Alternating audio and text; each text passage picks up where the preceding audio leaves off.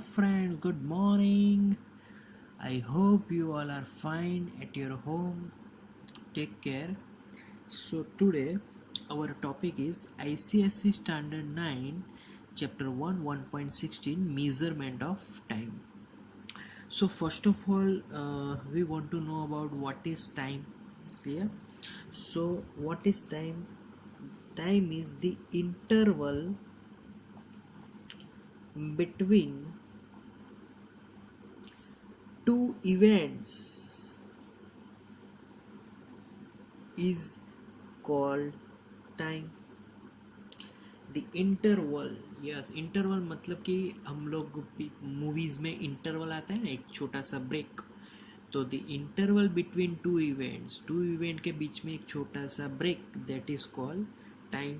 Clear? तो पहले, बहुत साल पहले, बहुतों साल पहले हम लोग टाइम को मेज़र करने के लिए वी यूज़ सिंपल पेंडुलम. तो आज उसी से हम लोग शुरुआत करेंगे, सिंपल पेंडुलम. तो सिंपल पेंडुलम, उसके बारे में आज हम लोग जानेंगे कि सिंपल पेंडुलम कैसे वर्क करेगा. तो पहले उसकी कंस्ट्रक्शन देख लेते हैं. कंस्ट्रक्शन में this is the main base मतलब जहाँ से हम लोग सिंपल पेंडुलम को लटकाने वाले हैं. तो it is called point of suspension. Clear? So it is called point of suspension and it is O. Okay, now this is our fixed point and through that I hang one sphere. We let us that sphere is made up of from metal. Clear? Okay, now we know that sphere is doing simple harmonic motion. Clear? तो उसकी जो positions होंगी वो अलग अलग positions होंगी. तो मैंने यहाँ पर 3 पोजीशन मेनली ड्रॉ की हुई है. So 3 position starting from here, it is A, this is B, this is C. This is called, we know that it is bob. Sphere भी बोल सकते हैं, बट यहाँ पर सिंपल पेंडुलम के वे में उसको हम बॉब बोलेंगे. Okay, now from this exact central point of this bob to the point of suspension, and that distance is called effective length. It is called effective length, क्योंकि वही उसकी लेंथ जानी जाएगी. जो भी सिंपल पेंडुलम है ना, वो स्ट्रेट लाइन जो होगी वही उसकी पर्टिकुलर लेंथ होगी. क्लियर? ओके, सो यहाँ पर ये जो बॉब्स है ना, वो एक सर्कुलर ट्रैक बनाएंगे. ये सर्कुलर ट्रैक है. एक्चुअली अभी थोड़ा बहुत कर्वी नहीं लग रहा, बट क्यों कर्वी नहीं लग रहा? क्योंकि यहाँ पर अगर सबसे छोटे से छोटा ऑसिलेशन लूँगा तो वो ज़्यादा कर्वी नहीं लगेगा. तो वैसा ही है यहाँ पर, मैंने थीटा अभी कम रखा है. क्लियर? तो यहाँ पर एक स्ट्रेट लाइन भी हो सकती है. ये हमारी स्ट्रेट लाइन है, ये dotted line is our straight line, और ये हमारा कर्व है. Clear? So this is the difference between straight line and curve. Okay, so we are starting this simple pendulum from a point. यहाँ से मैं उसको थोड़ा यहाँ पे उसकी पोजीशन लाऊंगा. पोजीशन यहाँ पे आने के बाद उसको छोड़ देता हूँ. तो फिर कहाँ पे आएगा? ये यहाँ पे आएगा. फिर यहाँ से यहाँ का जो परपेंडिकुलर डिस्टेंस होगा, पॉइंट ऑफ सस्पेंशन से perpendicular distance to the bob, that is called effective length. फिर ये बॉब जाएगा सी पे. क्लियर? तो यहाँ से उसकी स्पीड बढ़ेगी, यहाँ पर मैक्सिमम होगी, फिर स्पीड घटने लगेगी और फिर यहाँ पर स्पीड 0 हो जाएगी. Clear? So at maximum height speed will be 0. Clear? So we can say that कि ए और सी दोनों डिस्टेंस बी से सेम होंगे. B C is equal to A B is equal to BC. So A and C are equidistant lengths. Clear? Okay. So we can also say that this B point is exactly at midpoint of A and C. Clear? So this is the simple pendulum. Clear? Okay. Now here we are discussing some definition regarding simple pendulum. तो यहाँ पर लिख लेता हूँ मैं some definitions. अब definitions, तो उसमें first definition is oscillation. Actually oscillations का मतलब हम जानते हैं कि भाई जो भी पर्टिकुलर टाइम इंटरवल के साथ पर्टिकुलर मोशन से रिपीट करेगा that is called simple oscillation. But उसको प्रॉपर वे में लिखे तो the complete to and fro motion of the pendulum constitutes one complete oscillations. Clear?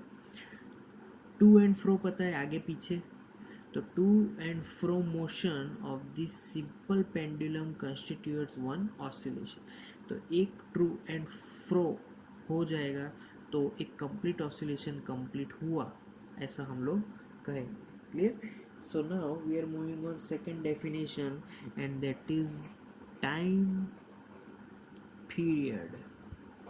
Time period की डेफिनेशन है तो टाइम टेकन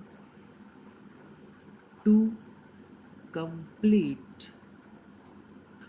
one oscillation,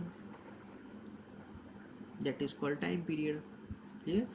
एक ऑसिलेशन कंप्लीट होने के लिए जो टाइम लगा that is called time period.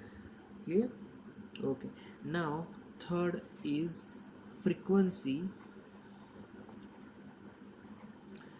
Of oscillations. उसका पूरा नाम लिखे तो frequency of oscillations. Okay. So what is frequency of oscillations? तो number of oscillations made by simple pendulum in 1 second is called frequency of oscillations. Clear? The number of oscillations, भाई एक second में कितने ऑसिलेशन किए that is called frequency. Suppose कि एक second में चलो 3 ऑसिलेशन हो गए तो उसकी फ्रीक्वेंसी 3 हो जाएगी, 3 hertz. Clear? Okay. Now we are moving on next definition and that is amplitude. Yes, तो एम्पलीट्यूड, व्हाट इज एम्पलीट्यूड? तो the maximum displacement, yes, maximum displacement of a pendulum from its mean position is called amplitude. Clear? So the maximum displacement of a pendulum from its mean position, उसकी जो यहाँ पे figure ही draw की हुई है तो यहाँ से ये मैक्सिमम हो गया ना पोजीशन, तो ये उसका क्या हो गया? एम्पलीट्यूड हो गया. ये मीन पोजीशन, ये मैक्सिमम पोजीशन, तो that length is called amplitude. Clear? Okay. Now fifth definition and that is called effective length. ये तो हम सबसे पहले सबसे शुरुआत में ही पढ़ चुके हैं. The length between point of suspension, yes, suspension to the center of gravity of bob of pendulum is called effective length, clear. तो effective length between point of suspension हमने एक फिगर में ही ड्रॉ किया है, ये रहा point of suspension to the centre of gravity point of the bob of pendulum is called effective length. तो यहाँ से यहाँ तक का इफेक्टिव लेंथ हो गया। अब बॉब का सेंटर ऑफ ग्रेविटी, ये क्वेश्चन हो जाएगी भाई बॉब का सेंटर ऑफ ग्रेविटी कहाँ पे है, तो बॉब का centre of gravity is on the middle of the Bob. अगर बॉब यूनिफॉर्म है, यूनिफॉर्म मास से बना हुआ है, तो ऑब्वियसली उसका सेंटर ऑफ ग्रेविटी उसके सेंटर पे ही मिलेगा, clear. So that's the 5 definition of simple pendulum. So thank you so much guys to listen this audio till the end. Thank you very much.